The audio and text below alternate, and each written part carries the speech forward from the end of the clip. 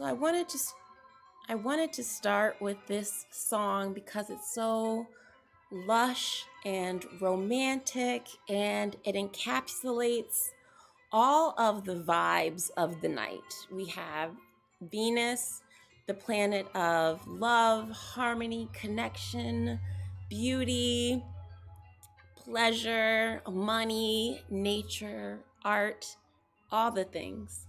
And Venus is going to square Neptune, the planet of dreams, illusions, spirituality, compassion, expansion. And so when we have a square, which is 90-degree angle, it creates a friction. So what we're feeling is this tension between a benefic planet, Venus, and a giant illusory planet, Neptune. And so as we get these two planets in a square to one another, we get this very lush, almost overly romantic energy that can be very hazy. And as we've talked about it before, Neptune is in its final degrees of Pisces.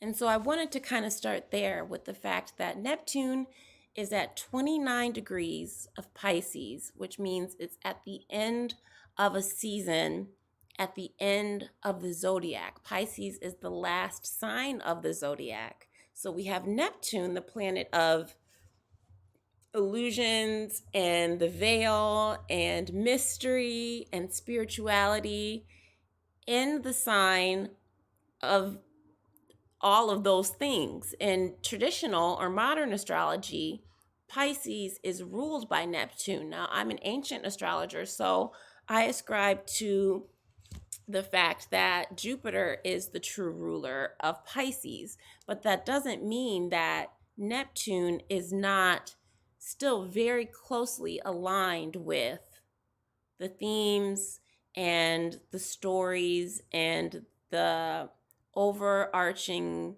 messaging of Pisces and Neptune together, okay? So when we get this planet, Neptune, at the edge of the zodiac, essentially, it's about to start over again and be renewed and start a new cycle in Aries. And so while it's at its final degrees until January, I think it's January 16th, until January 16th. Welcome in, user 6300613524455. And so now that we are at the very edge of the zodiac with Neptune, it's creating this very thin veil of spirituality, of mystery, of illusion, of dreams, and all of those things that create this atmosphere of magic that we are really digging into tonight, as Venus is the next planet to come up against Neptune in a square. As we've seen, Mars has already approached the edge of Sagittarius where this is going down. These planets are all in Sagittarius, and what's happening is they get to the edge of Sagittarius, they square Saturn, then they square Pisces, then they move into Capricorn. So that's what happened with Mars. Mars moved to the edge of Sagittarius. Hi, Nessa, welcome in. Mars moved to the edge of Sagittarius, squares Saturn, squares Neptune. Welcome in, Charlie, and then moves into Capricorn. Then we have the sun that did the same thing. The sun gets to the edge of Sagittarius, squares Saturn, squares Neptune, moves into Capricorn. Then we get the next planet, Venus, and now it's her turn. She's already at the edge of Sagittarius. She's already squared Saturn earlier this week, and tonight she will square Neptune, and then guess what? She's going to go ahead and move into Capricorn. So welcome in, sunshine.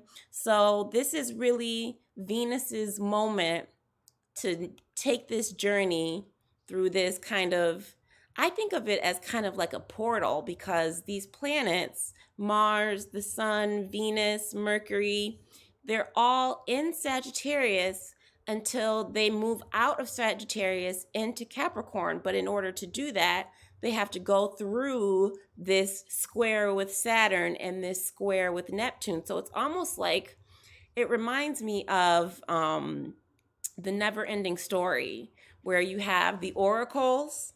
Hi, Julie Willie, welcome in. Where you have like the never ending story, where you have the oracles and they're kind of the gateway. And so right now we have Saturn and Neptune as this gateway. Welcome in, Asteria. Hi. So we have Saturn and Neptune as this gateway. Before you get to Capricorn, you have to go through Saturn and Neptune.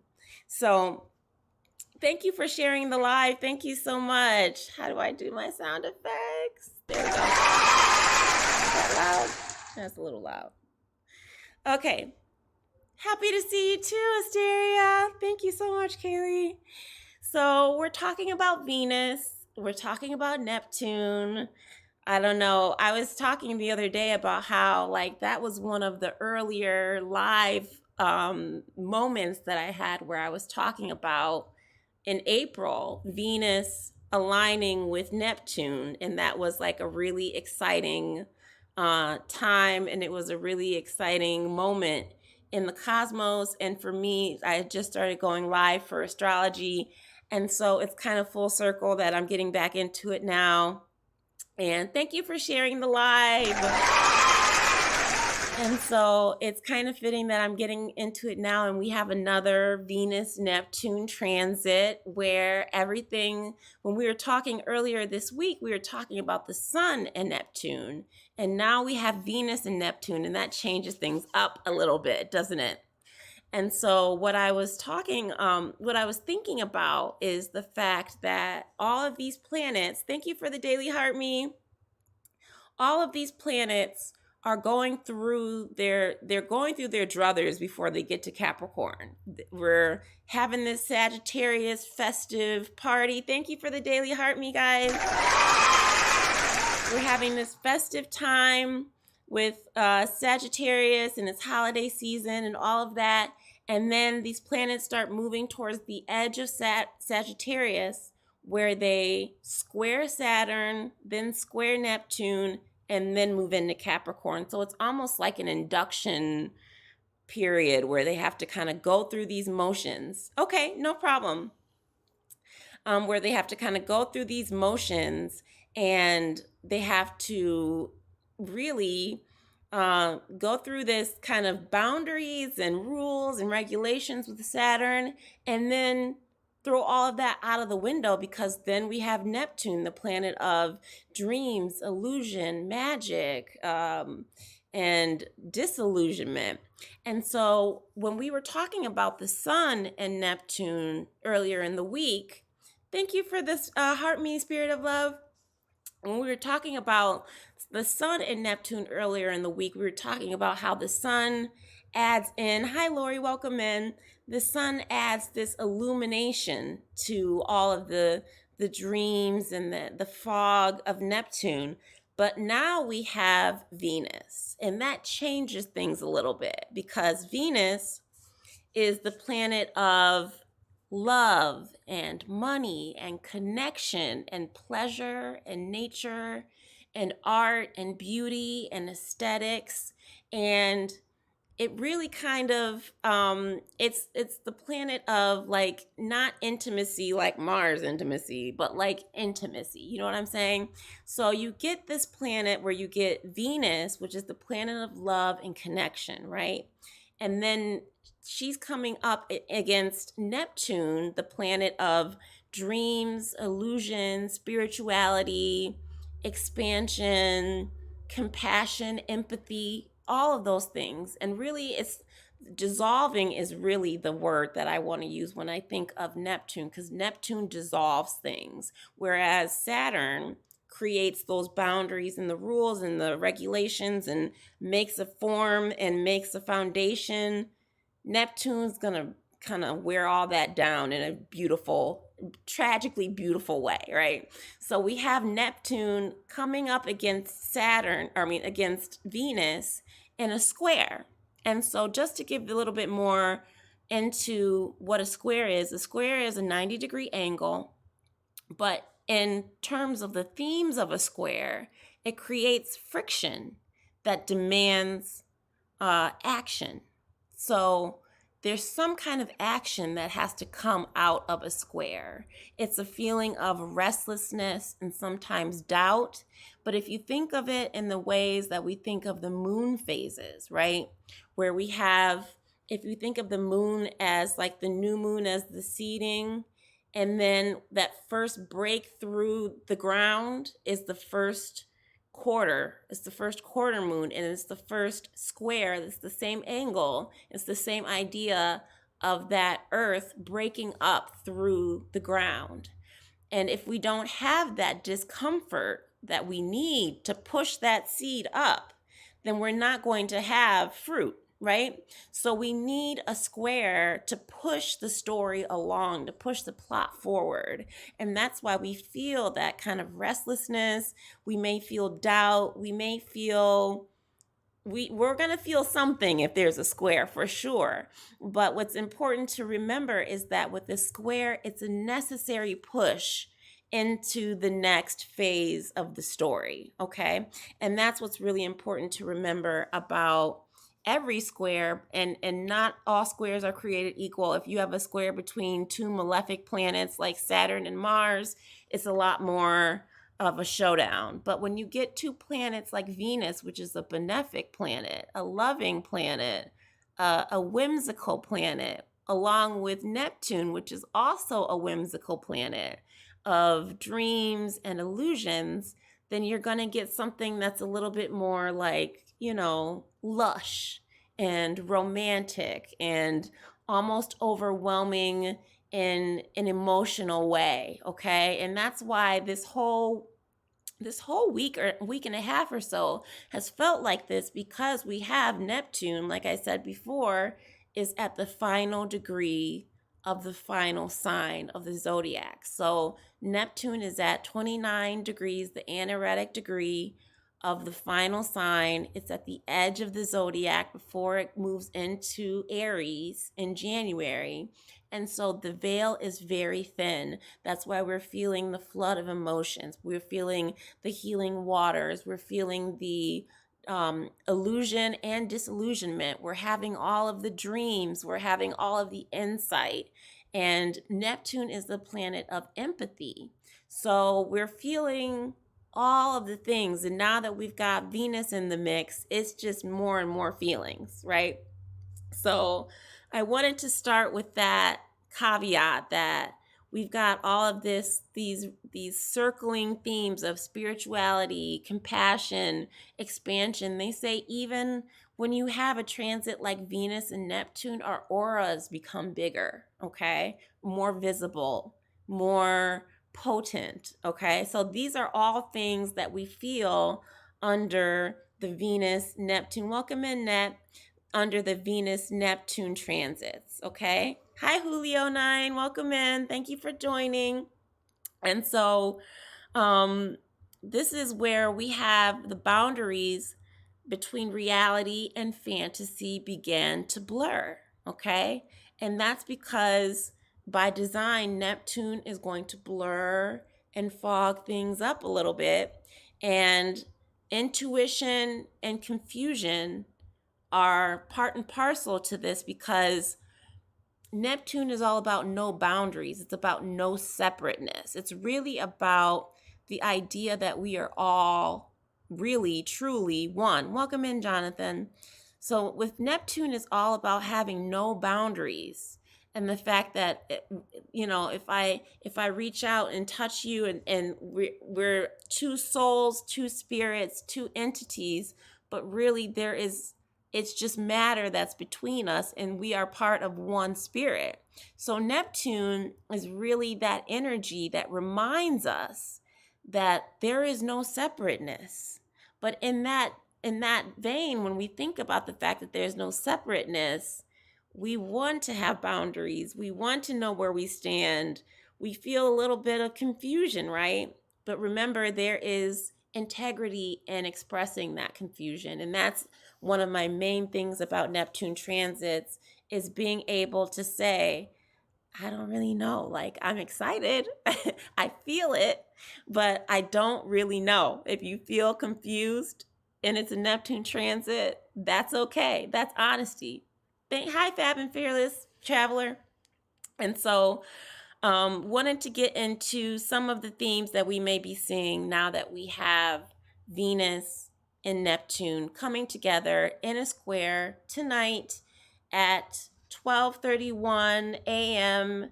Eastern Standard Time, and for you guys on the West Coast, that is 9:31 p.m. Pacific Time. Okay, so some things to think about when we have this fantasy, this blur, this intuition, the lack of separateness, just the dissolving of our boundaries between one another and our energies. The number one thing to keep in mind is romantic idealization, the intense soulmate connections. But we have to put them on trial, okay? Because Neptune lets you see versions of people that may or may not be true. And that's the thing when it comes to Neptune and Venus. Venus, you have that romantic idealization of connections. You're seeing this really deep thing. You're seeing this really potent connection, but we want to wait out these transits. We enjoy the feeling, but wait out the transits and put those feelings on trial, especially after Venus. Like I said, Venus has squared Saturn. Venus will square Neptune, and then Venus will move into Capricorn tomorrow. And that's what all of the planets are doing. And then it'll be Mercury. So what we want to do is kind of allow ourselves to feel the feels, but we want to make sure that we're making decisions after the movement into Capricorn, because Capricorn is really where we're like, okay, yeah, this is where we really are, and we're back to having boundaries, stipulations, achievable tasks, things like that. So number 2, experiencing emotional sensitivity, vulnerability, or wanting to save someone. Keep in mind that Pisces, which is in traditional or modern astrology, Pisces is ruled by Neptune. I'm an ancient astrologer, so I ascribe to Jupiter as the ruler of Pisces, but I see so many themes line up with Neptune and Pisces. The only reason that we really just consider Jupiter still the original ruler is because Neptune is so far away. It's when we get to the outer planets, they're much more about our generation. They're not close enough, in my opinion, to rule a zodiac sign here on Earth. So if we think about that, the fact that Pisces represents the Christ figure, and Neptune is all about the empathy and the compassion, the seeing people for who they really truly are and accepting and loving them anyway. And that's one of the most beautiful archetypes that we have. And so if we get that energy of the Christ-like figure, then we have that propensity to want to save people, okay? Especially my Virgo placements, especially my Pisces folks.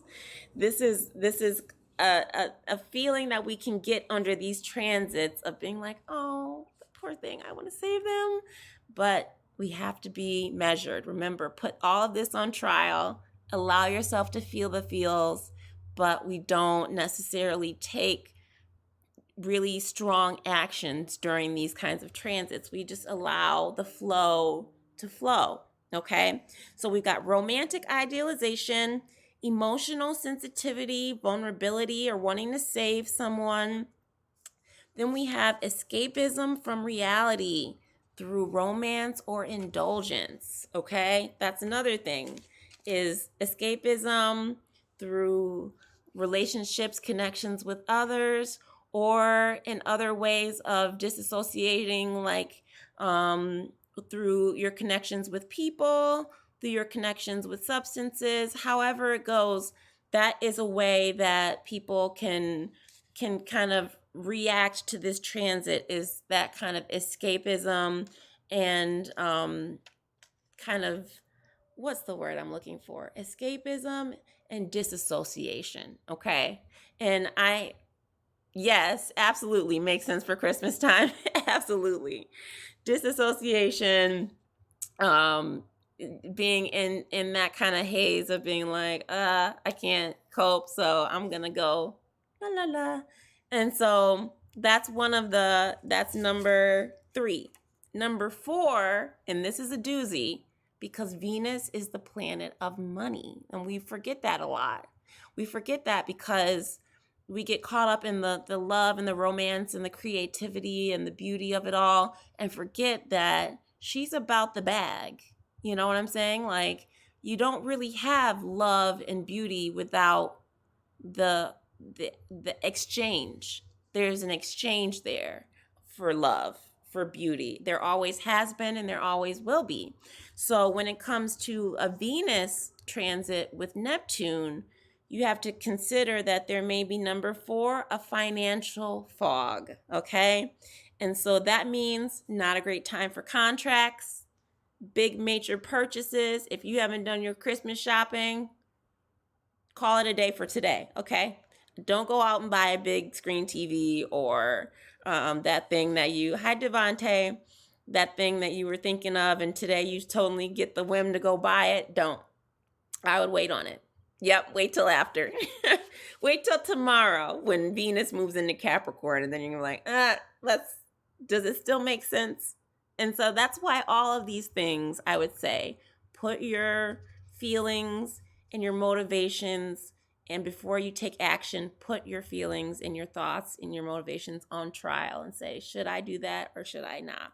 So details can be hidden or misrepresented. So those are the things when it comes to big purchases, to things considering your money or your bag. You want to be careful under the Venus-Neptune transit. It's not great for signing up for stuff, okay? It's also not great for aesthetic transformations. So like, don't go cut your hair in the bathroom. My daughter does that kind of thing. I don't think adults do that as much as like teenagers or like preteens. I'm like, what are you doing in here? Don't cut your hair in the bathroom with kitchen scissors. So that's also a thing. So one thing to expect, number 5, is creative inspiration. And this is my favorite one. This is my favorite thing about the Venus-Neptune transits, is its peak inspirational time for artistry. The haze is perfect for music, poetry, expression, imagery, no logic required. Right? We don't need that. We don't need logic. We just need vibes, okay? That's what this creative inspiration is tonight. If you feel that inspiration, that is one thing, you have the green light to go, right? You have the green light to move, to paint, to dance, to sing, all of the things, creative, inspired, feel it out, vibe. That is the kind of thing we are meant to do under these transits. Okay, so I wrote down here that the square feels confusing because the purpose is disillusionment, which is the end of an illusion. Okay, so if secrets come to light or fantasies seduce us and then drop us, it's clearing the way for more authentic connection as Venus moves into Capricorn. Okay, and so that's what really I wanted to look at for our horoscopes today. And I saw this really cool thing where I was looking into the different archetypes. The blend of the archetypes of Venus and Neptune is that we get the story of the divine lover. And it's kind of like the story where Venus alone wants a partner to share things with, but Venus and Neptune wants a partner to share a soul with.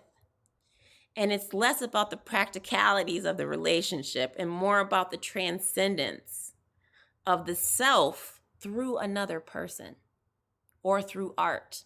So we're talking about our own transcendence through romance, through art, through creativity. And that's the archetype that's channeled when we get Venus and Neptune. And it talks about attraction and pleasure, disillusion, enchantment, but it's really about enchantment, then idealization, then disillusionment, and then compassion. So it's almost like, for example, if you see someone, you fall in love at first sight. And I read a book about this recently, where you see somebody, you fall in love at first sight, they're just everything, and then you realize something isn't what you thought it was, and you were maybe being deceived. But then you have compassion for them and love them anyway. And that's the same, circling back to the Christ energy with Pisces and the Neptune empathy, where we love people, we think we know who they are, we love them, we realize they're not who we thought they are, and we love them anyway. And so that's kind of the theme of Venus and Neptune as an archetype combined. And it's very, very beautiful, because I think really that's the kind of love story that we all want, right? Is that someone sees us for who we truly are and then loves us anyway, right? So what I did was I decided to do our horoscopes a little different today. I decided to do a horoscope where I tell you where Venus is, where Neptune is, and then I pulled a card for each one. So let's start with Libra. Hi, Aubrey, the genius. Let's start with Libra. And you guys, you're going to love my deck. It's the best. I've had so many tarot decks. I've seen some, I think Kanisha, you have one of the decks that I have too. It's like folklore, or like Eskimos, or like, I can't remember the name of the deck, but I'll have to grab it and see. Okay, so we are starting with Libra, because that's what I have here on the deck. On the horizon, we have Libra. So what I did was I went for each sign. We have for Libra, Tarot of the Divine. Yes, it's a great deck. It's a great deck, but this one's my favorite. I can't remember what it's called exactly, but you guys will see why it's my favorite. I just like the colors and the gold. But for Libra, we have Venus in the third house. And the third house is the house of everyday moments, the mind, your everyday people. And it's really about your routines and the things that it's where you live your life out of, that third house of the mind and your everyday ins and outs. When you wake up, what are you doing as soon as you wake up? What's your routine? Who are you talking to on a daily basis? That's really your third house. And with Venus there and Neptune in the sixth house of sacrifice, work, and health, I pulled for Libra, and I got the 5 of Cups. Let me put that there. Okay. So then I said, oh, 5 of Cups. Why? I said, why? So I'm thinking, what that got me to thinking is that for my Libras, with Venus in the third house, and you're trying to transform your everyday life and your everyday motivations and your routines, and you're getting this haze from the sixth house of routine and work and sacrifice, that something is disappointing my Libras about how hard they're working and the way it may feel like it's not getting them as far as it wants to. So I pulled a second card for Libra, and then I got the Moon card. Okay? So I took from that to be disappointment giving way to new possibility, because Venus is about to move from the third house from this disappointment of feeling like, kind of in the motions, going through the motions of their daily work, their daily sacrifice. And then Venus is going to move into their fourth house of home, family, roots, connection. So there's going to be a moment where there is an opportunity to give way to more possibility, maybe by tapping into something ancestral or something in the sacred feminine, because once we move into the fourth house of home and the mother, then we get those themes to come through and perhaps change the story a bit. I took that as a way of feeling like a disappointment, but then that kind of feminine energy coming in as Venus moves into the fourth house of home, family, and the mother. Okay, so that's for my Libra. All right, let's move on to Scorpio. Let's see here. Oh, why is it not going? Oh, I have it on 10 minutes. This will take forever. We're going to go by the hour. Just kidding. Okay, Scorpio. So for Scorpio, we have Venus in the second house of worth and resources. And like I always say, worth is not about dollars and cents. It's about what you assign to yourself. And resources are not about dollars and cents. It's about your time, your energy, what you have to give. And that's something that is worth more than what we think it is in this capitalistic society, right? So for Scorpio, we have Venus in the second house of worth. We have Neptune in the fifth house of pleasure, joy, creativity, children, all of those. So for my Scorpio risings, I pulled and I got, hold on, where am I? Oh, and I got the Six of Cups. And I love that for my Scorpio risings because the Six of Cups is nostalgic. It's about sweetness. It's about the past as healing, not haunting. It's about the heart. And it's about, really, if you think about from the fifth house is the house of children and joy, it really made sense to me that we're feeling this enlightened moment with the Six of Cups for my Scorpios. You guys need that, right? Okay. And really, I will spoiler alert, all of these were good pulls. Like, all of them are very whimsical.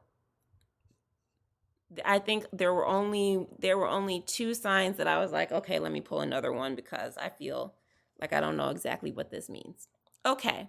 Next we have Sagittarius.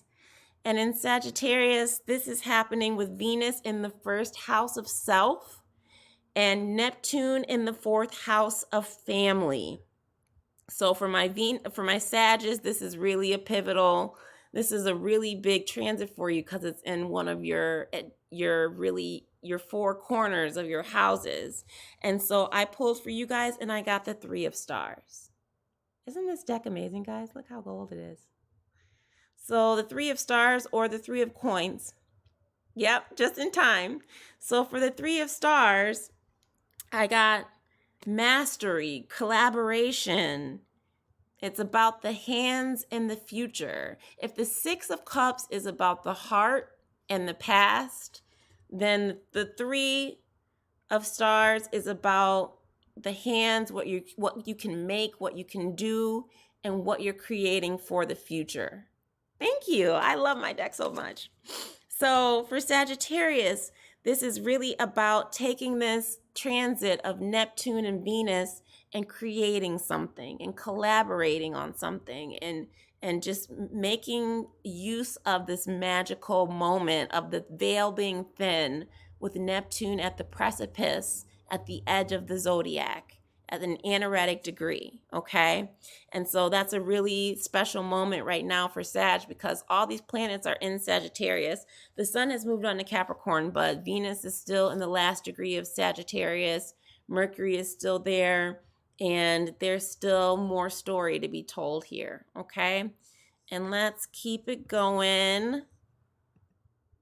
We're going to go to Capricorn.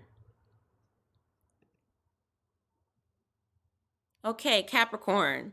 So we've got Venus in the 12th house and Neptune in the 3rd. Okay, and this was the only card that I was like, whoa. Absolutely, Allie Bean, you're so welcome.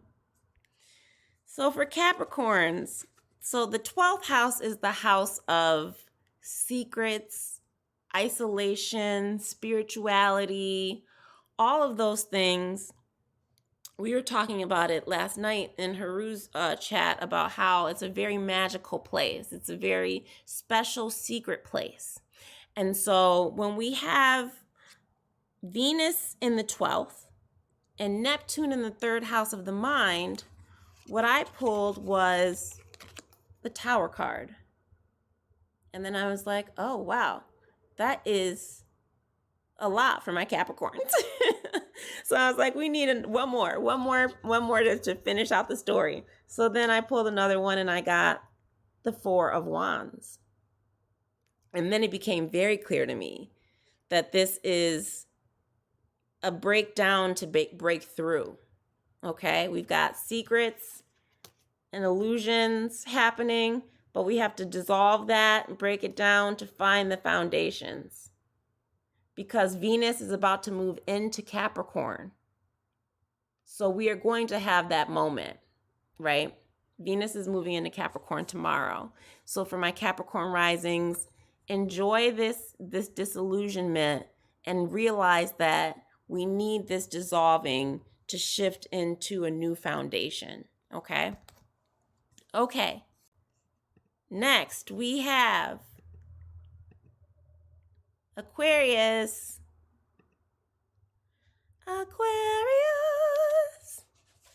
All right, Aquarius, we have Venus in the 2nd. Oh no, Venus in the 11th and Neptune in the 2nd for my Aquarius risings. Thank you so much, Asteria.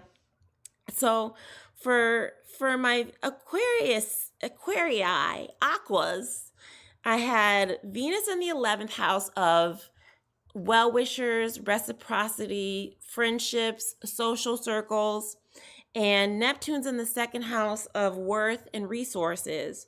And so I pulled for Aquarius and I got the Queen of Wands.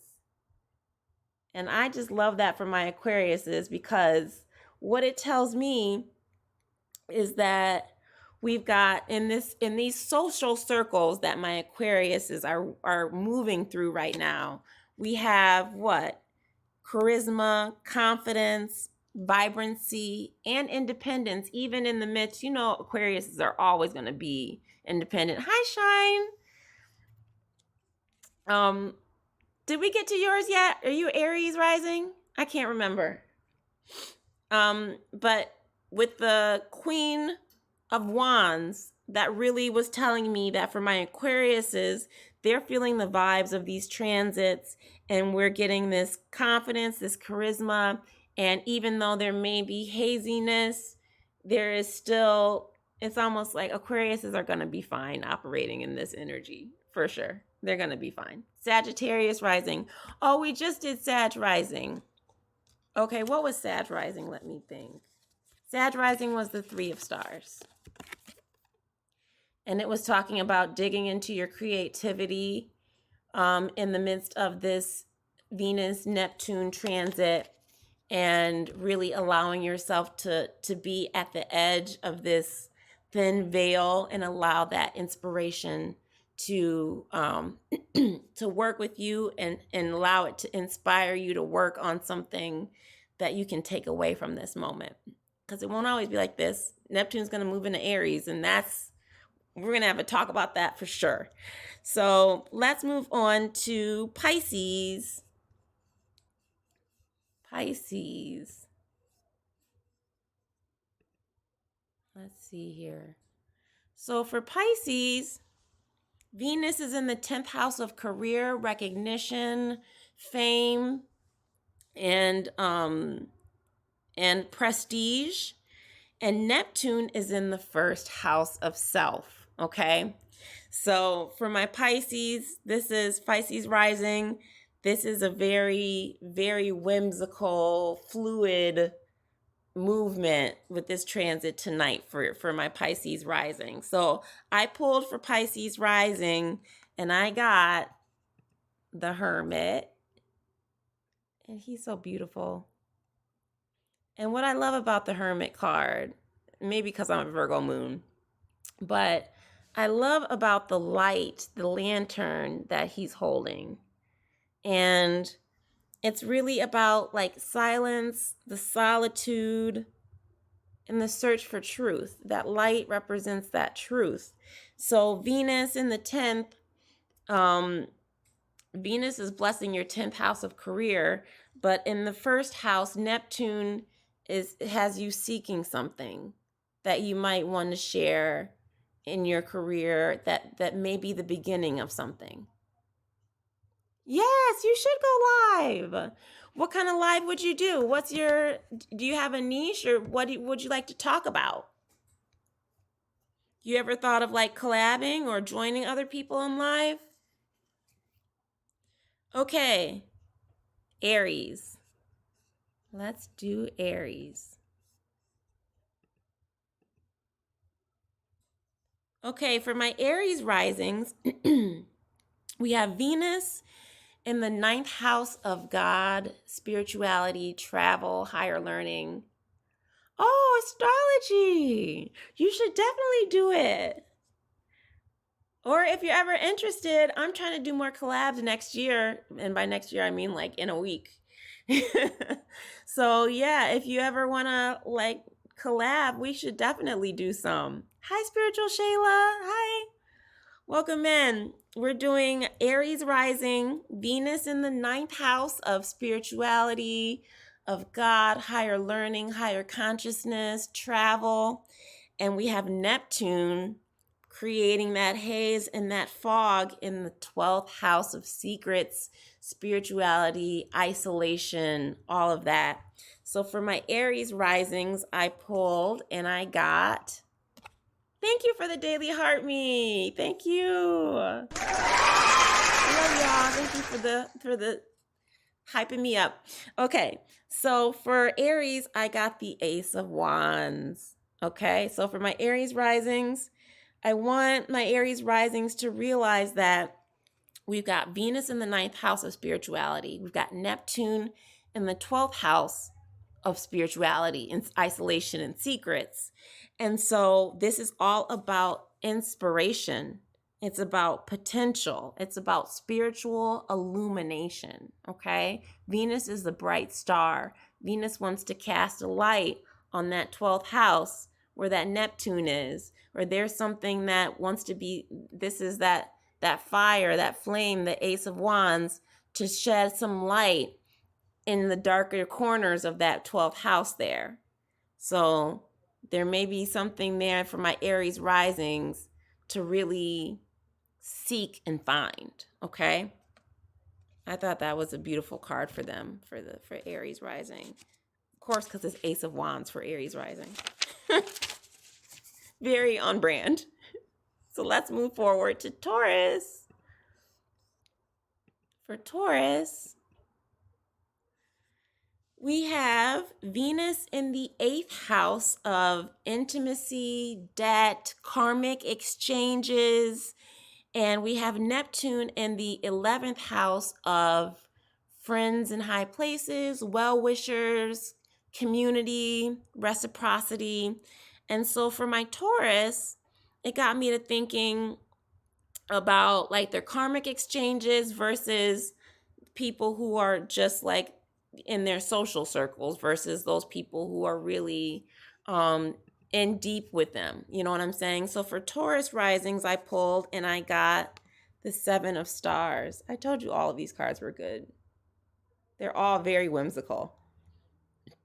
So for Taurus, I saw patience, evaluation, long game, because this is about planting the seeds and then you're waiting for the harvest. So it's about that patience, evaluation, the long game, and really especially when it comes to nurturing those closest relationships to you. It's really important to have patience with the people that you love and the connections that you foster there, okay, Taurus?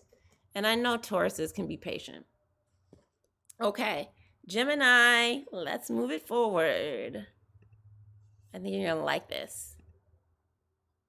The messaging for Gemini.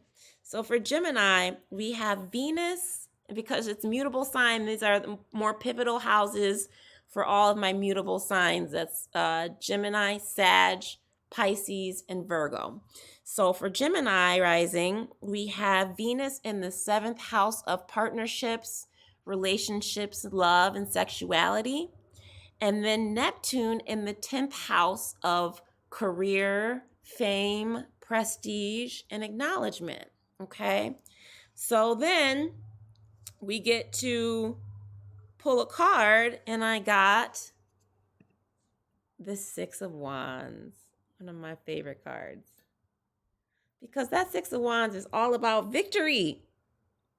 Okay? Victory, recognition, triumph, progress, public praise. It's not just victory, but it's a victory that people can see. You know? It's about having that acknowledgement, that step forward in your career realm, wherever you're operating. And if I think of my Gemini risings, I think that's beautiful and fitting with like the way things are transpiring, to step into your light and step into your leadership and all that's bringing you and all that it brings to the people. Yeah, absolutely. Yep, that's Lim for sure. Yep, that's for sure. So very beautiful for my Gemini risings. And so let's move on to Cancer. Let's see for my Cancer. And so for Cancer, we have Venus in the 6th house and Sagittarius in the 6th house of routines, health, sacrifice, work. And then we have Neptune in the 9th house of spirituality, God, higher learning, the higher self. And so it got me to thinking, especially because Jupiter is in that 1st house for Cancer too. Jupiter's in that 1st house, and they're going through a transformation as Jupiter is in that 1st house for Cancers. So, okay. So for my Cancer risings, I pulled and I got the 2 of Wands. Okay. And so for my Cancer risings, this is really very much about vision and exploration, expansion, decision making, but from decision making from a position of power. Okay. And discovery. And discovery.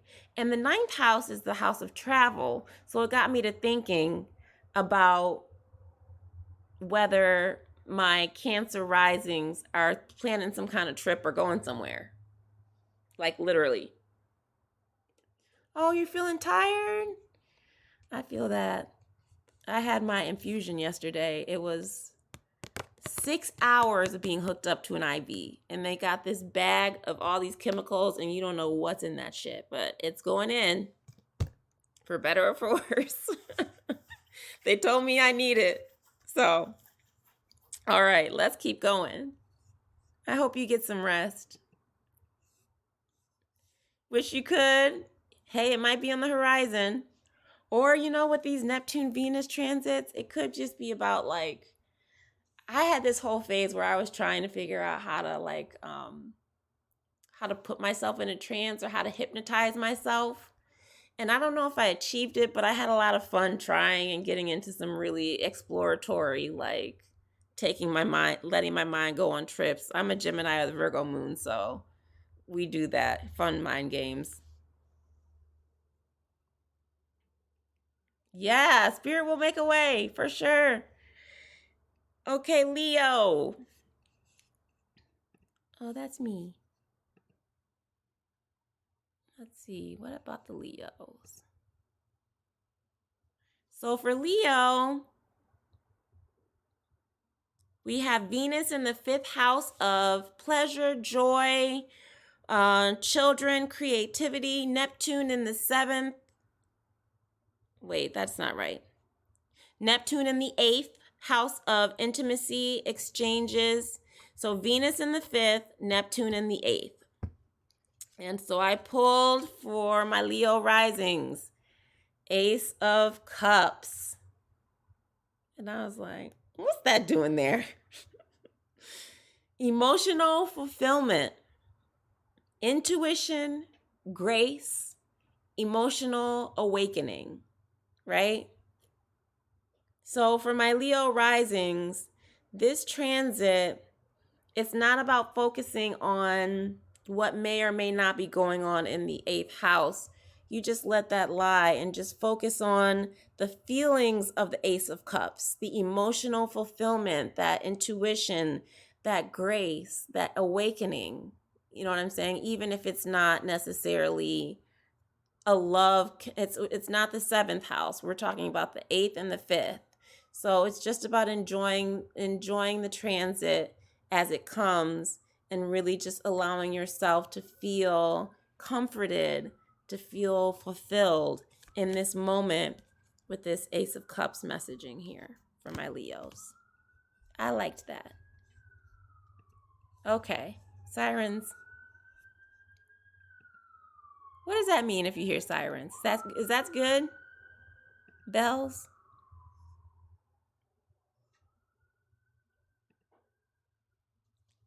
I noticed that some of you guys like really tap into like how you're feeling, what you're hearing, what you're seeing. Yeah, I really like that.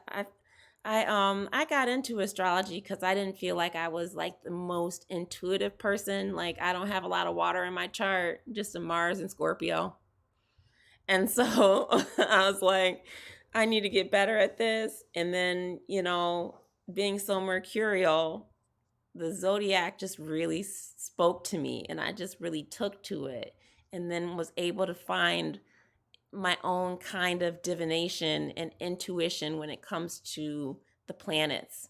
And so, but I always find it interesting to see how other people do their thing where they have like this real life, like on live connection and storytelling. Yeah. Oh, thank you, Asteria. Yeah.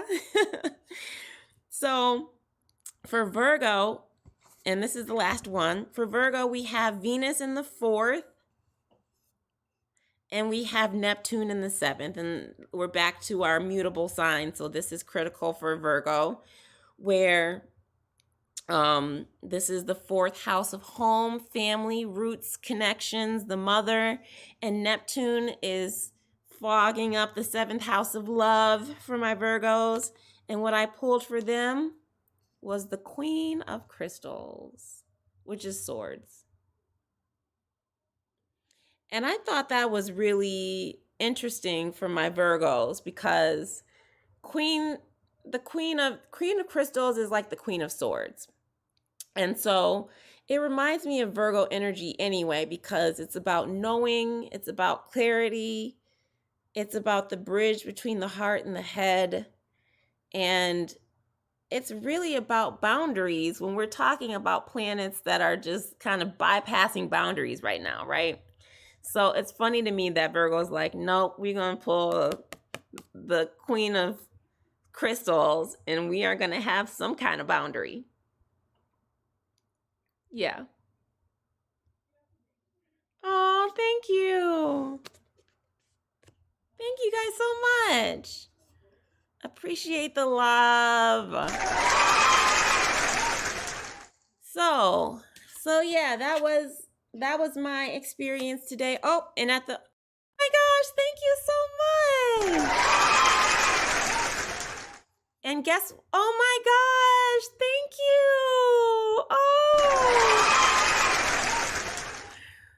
Oh my gosh, thank you guys. Oh, snap, the Polaris. Oh, that's my favorite one. Thank you, Shayla. Thank you so much. And I wanted to share with you guys at the bottom of the deck is the Wheel of Fortune. And keep in mind that this wheel keeps on turning. Thank you so much. The wheel keeps turning. These transits just keep passing through. And we have to keep in mind that we are soldiers of fate, whether the fate is we are in a time of good fortune or a time of malefic or bad fortune. We are walking that middle path always, right? We are always walking that middle path, and we're always being soldiers of fate. We're not letting ourselves get swayed one way or the other because we have a strong countenance, and we're just observing, and we're being very critical watchers of fortune, watchers of the cosmos.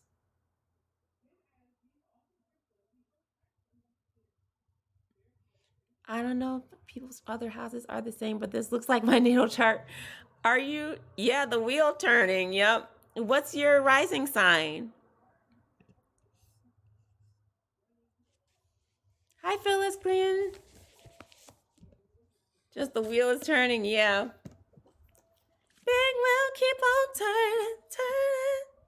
Primary keep on burning. And we're rolling, rolling, rolling down a river. Aquarius is your first house. Okay. Oh, they had a good card. What was Aquarius's card? Aquarius, I feel like, had the Queen of Wands. Thank you. Thank you so much. I used to be so distracted, like, should I sing? Should I do stars? Should I do cosmos? Should I sing? And I had to really just lock in and say, nope, I'm gonna do astrology for now. I'll get back to singing. I post old videos, but for now, kind of focusing it more on the astrology. I do have a Spotify though, because I do have a couple EPs and albums that I've released with my band. Can anyone answer, please? Sure. Are y'all using? Oh no, we're not using your natal chart, hon. If you want, I do mini readings, and I meant to mention this before. I do mini readings. They're typically either $5 or $500 or 500 coin gift. And what I do is I take 5 to 7 minutes to do a mini reading. And in the mini reading, I pull up your information, birth date, time, place, and I look over whether I give you I go down the list of information for you, whether you're a daytime or nighttime chart, what your ascendant or chart ruler is, what your sun, moon, Venus, Mars, and Saturn is. And then I tell you what the highlight of your chart is. Like, what's popping out at me as your kind of gold star? What's like the natal promise that's really beautiful in a chart? And then I highlight what the biggest challenge is in your chart. And that's like a 5-minute birth chart, mini chart reading that I do on the lives if we like. But for now, I am tired. Yeah, thank you. So yeah, we'll probably start that. The moon is in Aquarius. You're right. It's an Aquarius moon.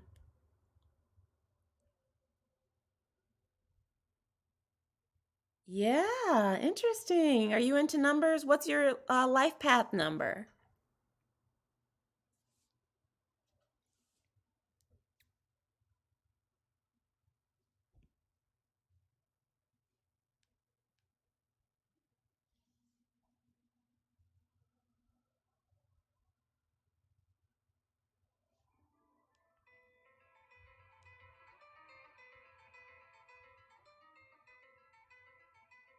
7. Oh, that's beautiful.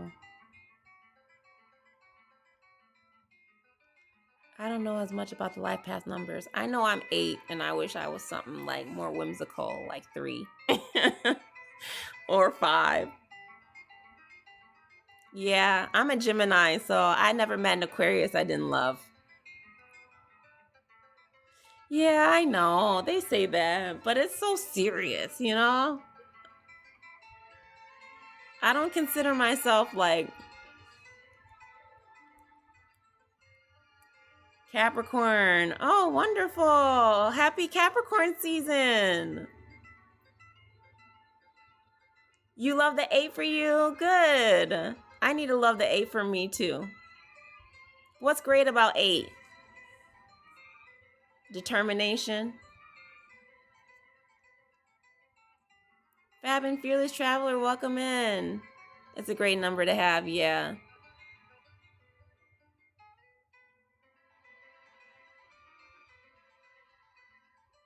That's what y'all want for someone to leave. Powerful. Hello, Fab and Fearless Traveler. Very powerful, yeah. It's true. But like, I always like 3 is like the artist, or like, isn't 5 like the creatives? Oh, a Cancer with a Leo rising. Okay, Leo rising. We had a transit with Venus in the 5th and Neptune in the 8th. And oh shoot, now I can't remember what the card was. Oh, the Ace of Cups for Leo rising.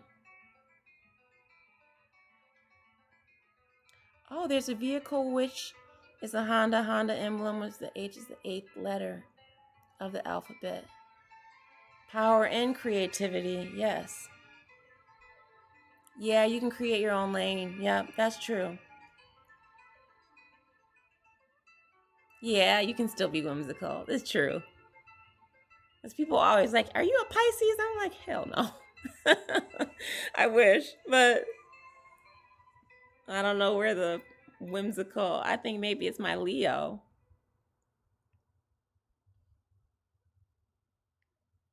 Yeah, me too. Don't we all? Right, just tell everybody get whimsical with me. Yes, I could see that, Asteria. Yep. Maybe it's the Gemini. Gemini is always giving fairy energy. And people get fairies and mermaids confused. Capricorn sun, Virgo moon, and Gemini rising. Oof, that's a lot of thinking, friend. It's a lot of mental energy. Spirit of love. You, Kanisha, you come off as water sign to me, but like a spicy water sign. So fiery water. Yep. Double bodied, twin energies. Yep. I'm playing the most lush romantic music I could find because it's like Neptune and Virgo. Yeah, spicy water. Yep. Phyllis Glenn, let's see here.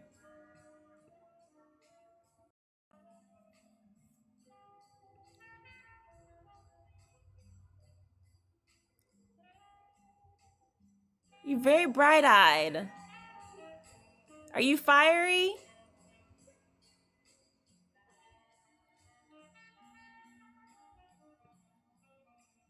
Or like a Taurus?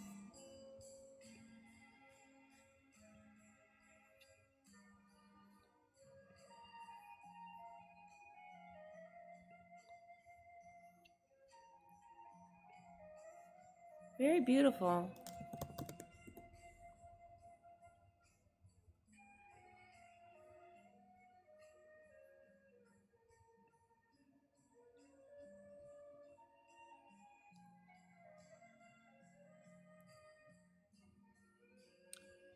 Y'all want certain people to want to be y'all sacrifice, and that's not gonna happen. Huh? Taurus in your chart too? I saw that.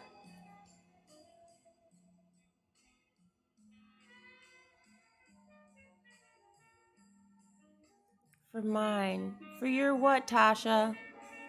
You okay, sis?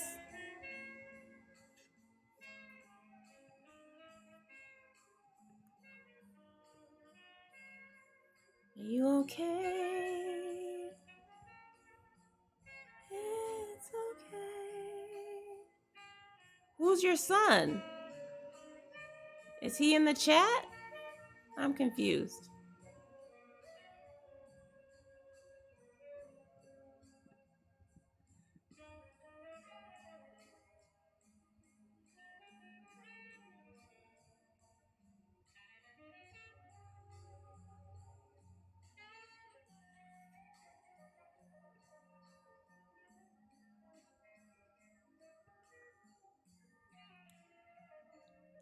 I don't know. I wasn't feeling that, guys. I don't know.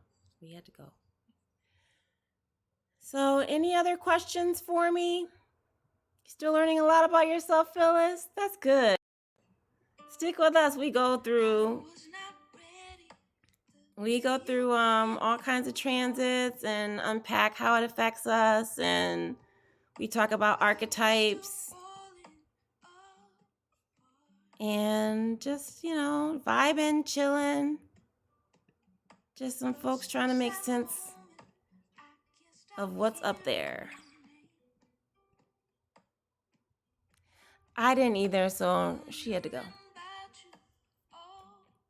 I just went ahead and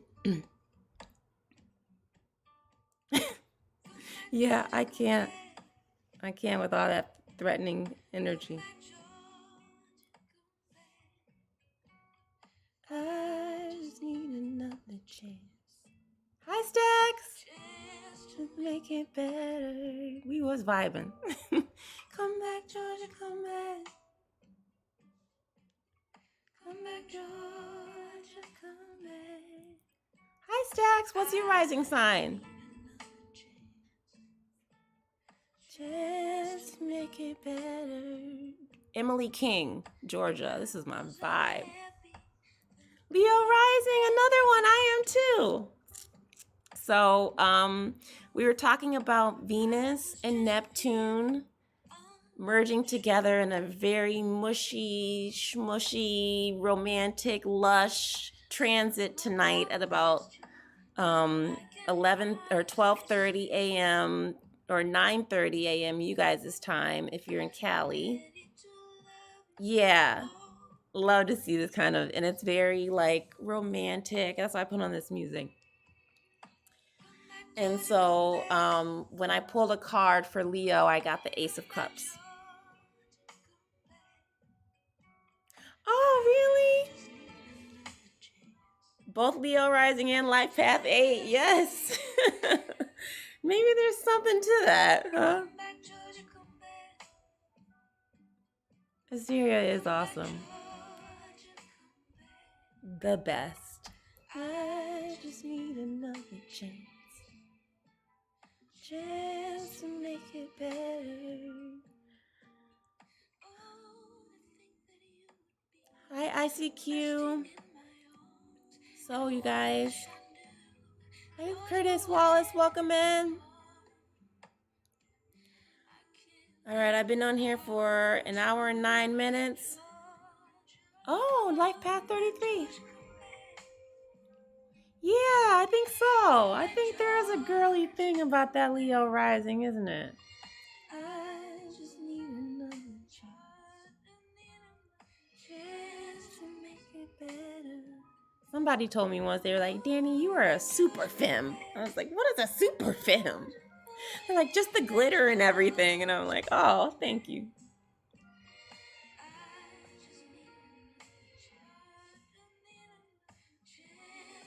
Future reference. Hopefully I start to see patterns. I want to see some patterns. Life Path 11.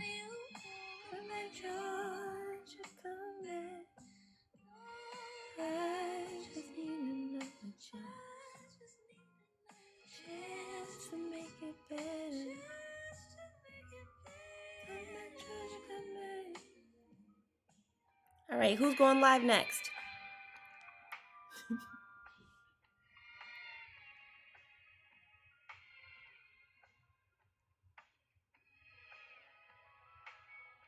I have that too, Shine Eye. I have a masculine side for sure. For sure.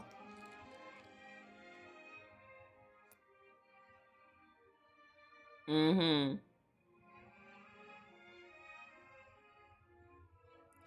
We want to stay here.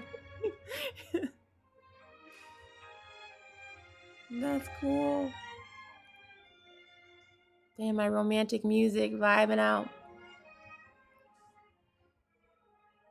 Yeah, it has been. And there was something else I was reading about Venus and Neptune as the different archetypes. It was about the core theme of love without borders and high expression of the visionary, the sacred artist, creating art that feels like it was channeled from another world. Or the romantic idealist, the belief that love can heal all wounds. This is the story of the Little Mermaid, the original one, where she dies, you know. And a longing for a soul and a love so vast that it transcends the physical realm. So those are the themes we think about when we think about Venus and Neptune together, because we have the planet of love, relationships and connection, and then we have the planet of magic. Yeah. You did? Yes. I will get some rest. You too, Shayla. I gotta hear this poem, Asteria. Oh, thank you. Thank you so much. Oh. Good night, guys. Yeah, I gotta hop off here too. But hopefully there's some lives popping up tomorrow. If Haru doesn't go live, I might go. But much love to you guys. I'll see you soon. I'll see you in these TikTok streets, okay?